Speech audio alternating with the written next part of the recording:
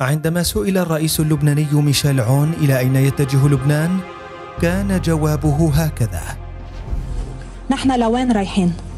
طبعا على جهنم.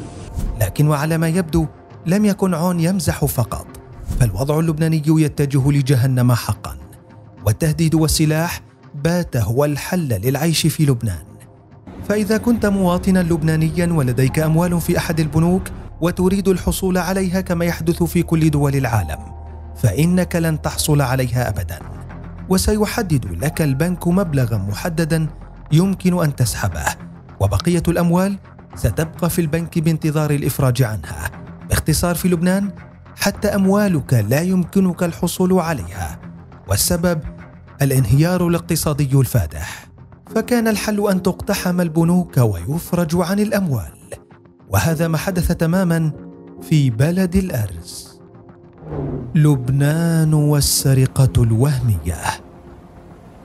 الوضع الاقتصادي في لبنان لا يشبه الوضع في أي دولة في العالم، فالدولة منهارة حرفيا والاقتصاد يعاني. وكما يقول البنك الدولي، فإن الأزمة الاقتصادية في لبنان هي الأسوأ في العالم منذ العام 1850، فقد فقدت العملة أكثر من 90% من قيمتها، وسقط ما يقارب 80% من السكان في دائرة الفقر منذ العام 2019، مع فشل حكومي متصاعد وغضب شعبي محتدم.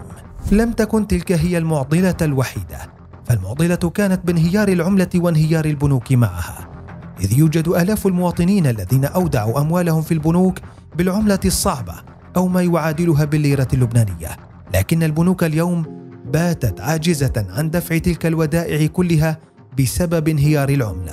فمنذ أشهر تحولت البنوك في لبنان إلى أشبه بطوابير الخبز في سوريا، ينتظر فيها المواطنون لساعات للحصول على جزء من وديعتهم، وفي بعض الأحيان لا يحصلون على شيء منها بسبب عجز البنك عن دفعها. العجز المصرفي في البلاد سبب أزمات أكبر لدى المواطنين الذين يجدون في ودائعهم في البنوك الأمل الأخير للحياة أو حتى السفر خارج البلاد. وفي ظل احتجازها المستمر، فإن كل الأمال والمشاريع متوقفة حتى يفرج عنها، فكان الحل لدى الكثير من اللبنانيين أن يتحولوا للصوص شرفاء، ليس لسرقة أموال البنك بل للحصول على أموالهم فقط. فباتت لبنان دولة يسرق فيها المواطن للحصول على أمواله. قصة الاقتحامات وسحب الأموال بدأت في أوائل شهر سبتمبر من العام 2022، وذلك عندما قامت الفتاة اللبنانية سالي الحافظ باقتحام أحد البنوك اللبنانية، وذلك لتحصل على وديعة أختها الراقدة في المستشفى منذ أشهر وهي مريضة بالسرطان. سالي نفذت مع مجموعة من المودعين الذين يجتمعون في جمعية صرخة المودعين اقتحاما على مصرف بلوم بانك، حيث أظهرت الفيديوهات المصورة عددا من الشباب يرتدون الزي الأسود، وكانت سالي تحمل مسدسا مهددة الرهائن داخل البنك، وطالبت بشكل صريح بالحصول على وديعة أختها مقابل تحرير الرهائن والخروج من البنك. حصلت سالي على وديعتها، وأكدت في منشور على فيسبوك أن السلاح الذي استخدمته خلال الاقتحام لم يكن حقيقيا، وأنها أرادت الحصول على الوديعة لعلاج أختها المريضة فقط. واختفت سالي الحافظ عن الأنظار، وقيل أنها غادرت الأراضي اللبنانية، لكن ما قامت به دفع المزيد من المودعين لتنفيذ ذات الأمر والحصول على ودائعهم المحتجزة منذ أشهر في البنوك، والتي بات من المستحيل الحصول عليها بالسلم، لتبدأ في لبنان ما سميت بحرب الودائع. يوم الجمعة 16 من سبتمبر كان ساخنا في لبنان، فقد شهدت البلاد حالة من الفوضى العارمة بشكل كبير، وانطلقت عمليات السطو المسلح على البنوك اللبنانية ضمن ذات الحرب التي أطلقها المودعون للحصول على ودائعهم. ففي يوم واحد اقتحم المودعون أكثر من 8 مصارف في مختلف أنحاء لبنان، إذ قام أحد المودعين باقتحام مصرف تجاري في بيروت للمطالبة بالحصول على وديعته، كما اقتحم أحد المودعين مصرفا تجاريا آخر في بلدة الغزية جنوب البلاد مطالبا بالحصول على وديعته المالية أيضا، حيث أشهر مسدسا بلاستيكيا بهدف الحصول على وديعته، ثم هدد بحرق نفسه في حال لم ينفذ ما طلبه. انتهى الاقتحام ذلك بحصول المودع على 20,000 دولار، ثم ثم سلم نفسه للسلطات الأمنية دون أي مقاومة. رويترز قالت إن إطلاق نار سمع خلال اقتحام بنك لبناني في بلدة شحيم.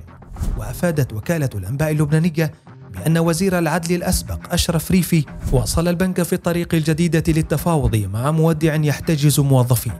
بدورها قالت الوكالة الوطنية للإعلام إن الشرطة اعتقلت مودعا اقتحم فرع أحد المصارف في قضاء صيدا جنوب البلاد، حيث احتجز رهائنا للمطالبة باستعادة أمواله. ورغم معرفة جميع المقتحمين بأن نهايتهم ستكون السجن لا محال، إلا أن حصولهم على أموالهم يبقى الهدف الأهم.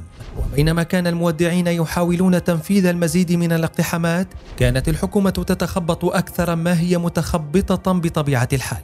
فقد أعلنت جمعية المصارف اللبنانية أن البنوك ستغلق أبوابها ل3 أيام بسبب مخاوف أمنية، وذلك مع توالي اقتحام المودعين للبنوك بشكل متكرر.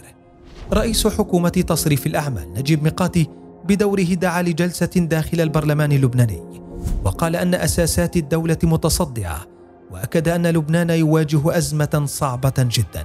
في حين اتهم وزير الداخلية بسام مولوي جهات خارجية بالوقوف وراء الاقتحامات، لكنه لم يسمها بالتحديد، وشدد على ضرورة الانتباه لمن يحرك المقتحمين للبنوك. تصريحات أو حتى اتهامات وجهت لمن اقتحموا البنوك لم تفلح في تهدئة الغضب الشعبي اللبناني وتصاعد الأزمة الاقتصادية المستمرة، حيث دعت جمعية صرخة المودعين اللبنانية الجيش لحماية المودعين المتواجدين أمام فروع المصارف، وقالت أن حرب استعادة الودائع بدأت فعلا، وختمت بالقول: لن نصمت حتى استعادة حقوقنا كاملة.